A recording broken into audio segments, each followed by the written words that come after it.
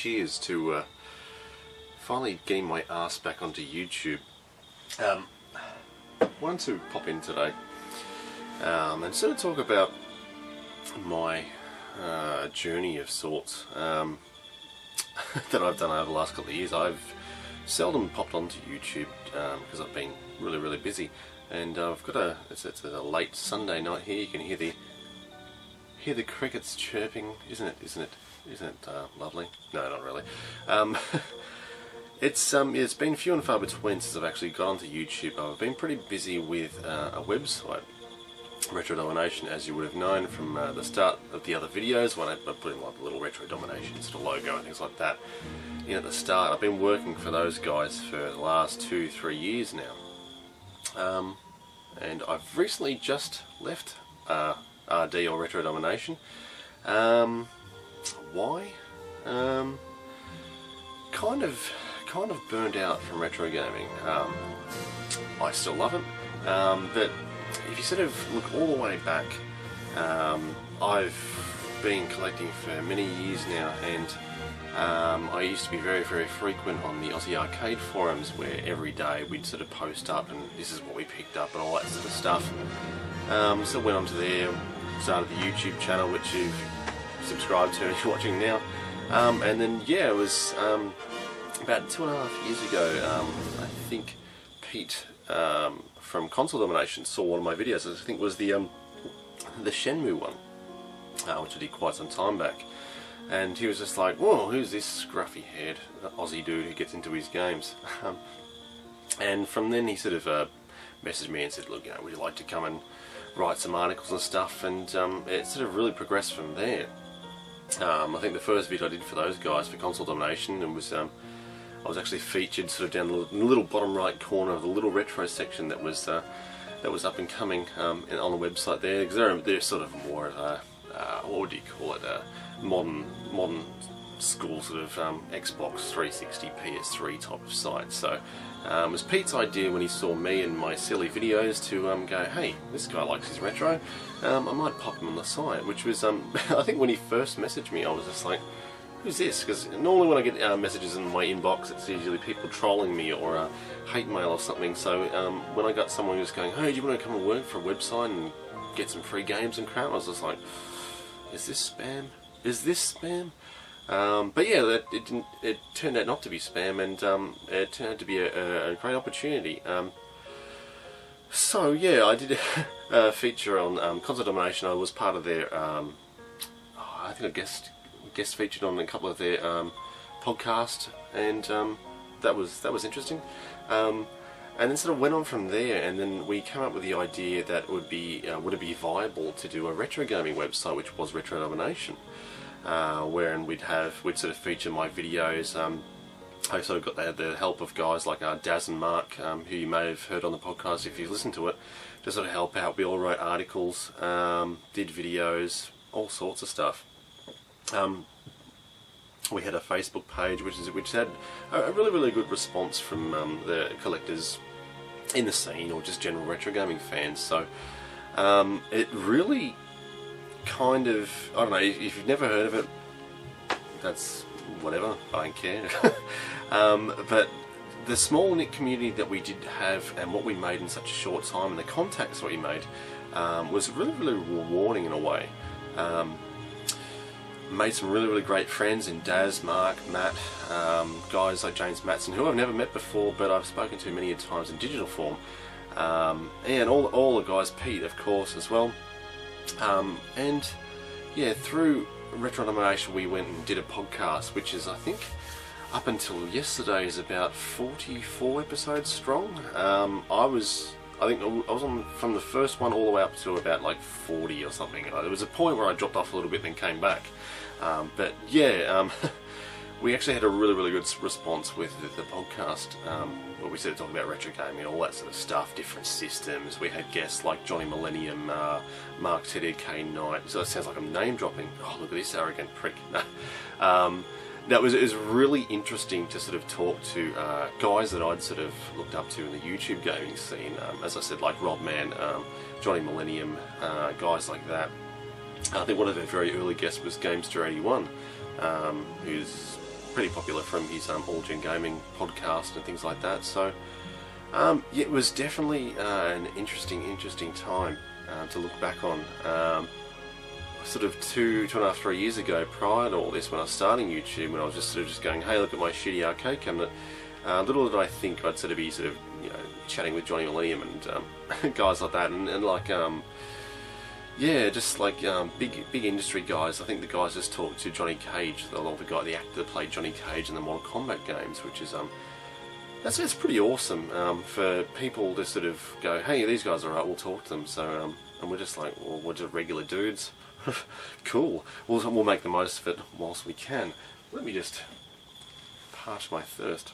Does that make sense? Who knows? Who cares?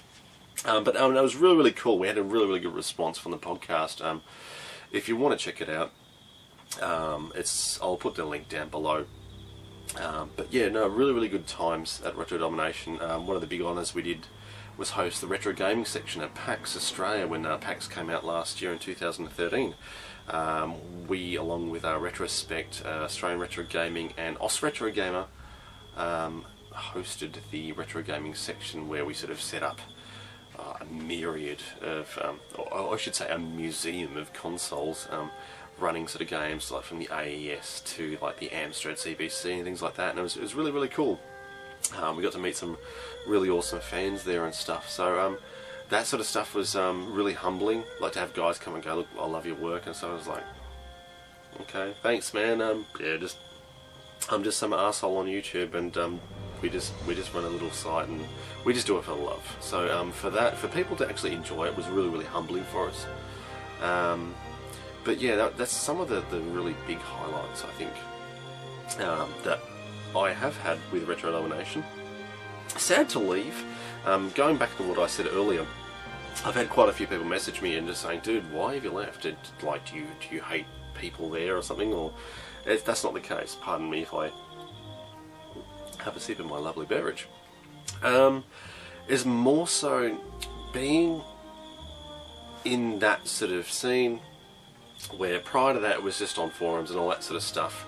But actually being in that sort of industry side of things, you really get to see some interesting sides of people, as well as a lot of negative aspects. You get some really nasty fanboyism as well, as you do with most things. I'm sure if someone's got a model building video channel, there's going to be some dude going, well, that's shit. No, I think this one's the best. We had a lot of run-ins with the N64 guys. Nintendo 64. I'm not a big fan of it. I'm a Sega guy, you know that. But yeah, we had some nasty confrontations with people, and we had nasty trolls and things like that. But yeah, even talking to other YouTubers who weren't very friendly and stuff like that was really disappointing. Like guys you'd look up to and go, wow, I love this guy's videos, and you'd sort of go out your way and contact them, and they'd either be really standoffish or they'd have huge egos and pretty rude. I'm not going to name any names. Guys that were fantastic, Robman, Johnny Millennium from Happy Console Gamer, those guys were absolute champions. But yeah, like sort of seeing some of the guys treat you like shit. I'm not gonna piss fart around, and just be really sort of like, oh, you know, I'm God's gift to YouTube, and you're just a piece of shit. It really takes away from it, and you sort of just go, wow. It's not all fun and games. And yeah, sort of being in every single day talking about games, whether we're running the Facebook wall or we're doing the podcast, we're getting comments on that. I know with most things you're going to get trolling, but you get some absolute fuckwits, pardon my French, which do make things pretty tough. You've got the whole scene now, whereas it used to be sort of a very close-knit community. You'd have collectors that loved collecting, they loved playing the games and things like that, and then you've sort of, it's slowly drifted into that whole, I'm hoarding, not to say, look, for God's sake, look at all the shit around me, like, I've hoarded in the past, not saying I haven't hoarded, but you get guys that are buying for the sake of buying, just to go, look, you know, I'm doing a YouTube video, I sound like a fucking hypocrite, don't I? Look at all the shit behind me, yeah. I got that for $1 from the market. Oh, awesome. Ooh, full YouTube cred now, respect me. There's a lot of that going on. I think with the likes of, you know, people like the Game Chasers and things like that, it's really brought in this whole new breed of collectors, so to speak, and it turned not. It wasn't a love of classic gaming anymore. It was who can buy more and who's got the most shit. And you know, I picked up this, but I'm going to be reselling it soon, so I really don't care. Which to me, it kind of really irked me. Most of the stuff I've bought in the past, I've either bought it off nostalgia. Master System I collect pretty much anything I can for, because that was the first console I got, so I'm pretty partial towards it. But when you see guys sort of posting up sort of twice a week, sort of going, oh, you know, like I've got, you know, I bought 20 PS1 games, you know, there's EA Soccer or some shit in there, blah blah blah, look how awesome I am, and then it's, I don't know, it really lost its charm. It became more of a show-off thing than more of a nostalgia thing. To me, classic gaming has always been about nostalgia, and not about showing off. The whole reason I started YouTube is I used to watch Luke Morse, I still do. Used to watch AVGN, all those sort of guys, the early starters like Happy Console Game when it first came out, and I sort of wanted to give back to the community. I didn't want to come and go, oh, look at all my stuff. I sort of thought, well, I've got an arcade code, but maybe I can teach someone how to build a jammer harness or do something like that. So, in the advent of like all these hoarders and stuff, you've got a YouTube that was flooded with guys sort of like, you know, picking up. here's an example. Like let's do a standard generic pickup fit. Okay. Let me get in character. Hey guys, went to the market today. Got these pile of games for $1. Got Super Street Fighter. It's a good retro title. Yeah, that's a good one. It's got Blanca in it. Dark Souls for the PS3. Yep. I also got this one for 50 cents. I had to barter him down, but you know, caught him slipping. Yeah, haha. Am I going to play it? No, it's going to go straight on the shelf and look really nice for my videos. I don't like that shit. Any game I buy, I play. I do have a big pile of shame. Most of it is around me, but I do get around to actually playing things. But as I sort of demonstrated, the YouTube was flooded with all these guys just, you know, like sort of, they'd be holding up cards and I didn't even know what it was. It'd be like, oh, this is Mario, and like be Mario 3, and they didn't even know which Mario it was, and it'd like, just total facepalm. To me, that's when classic gaming, the whole scene, classic gaming itself is fantastic, but the whole scene, or the new scene, it really started to piss me off. Seeing that every day, as I said, with working in the site, doing the podcast, dealing with people and things like that, it got to a point where I was just, well, you haven't seen me on YouTube, I just thought, what's the point? I got the shits with classic gaming because I just thought it was just a bragging rights for people. It wasn't about nostalgia. You'd have some, look, don't get me wrong, you'd have some guys that would adore certain games, whether it be Gunstar Heroes from Treasure, whether it be Magician Lord and the Neo Geo, that you'd have passionate guys, and they're the dudes I really sort of clicked with. But then you get people just going, oh, how much do you think this is worth? I picked this up today. You know, like, for instance, Metal Slug for the MVS. Oh, how much do you think it's worth? Well, it's not how much it's worth. It's how fucking awesome it is. Play the fucking game. That's the whole point of it. It's not there to be put on your shelf. It's there to be played. It's a game. It's not to be resold. Look, if you're making money from that and you're making a living, good on you. But for guys like myself and the sort of close-knit classic gaming community, it's about the games. It's about what we grew up with, and that's what they're there for. They're there to be played, not to be displayed. Well, I should have been a rapper, shouldn't I? But I think all that, it kind of really burnt me out, and that's why I had to sort of take a step away from Retro Domination, retro gaming for a while. Don't fret, I'm going to be posting out more videos now. Now that I've sort of stepped away from it, I'm just going, oh, I can handle it. I'm sort of away from the droves of people that drove me mad.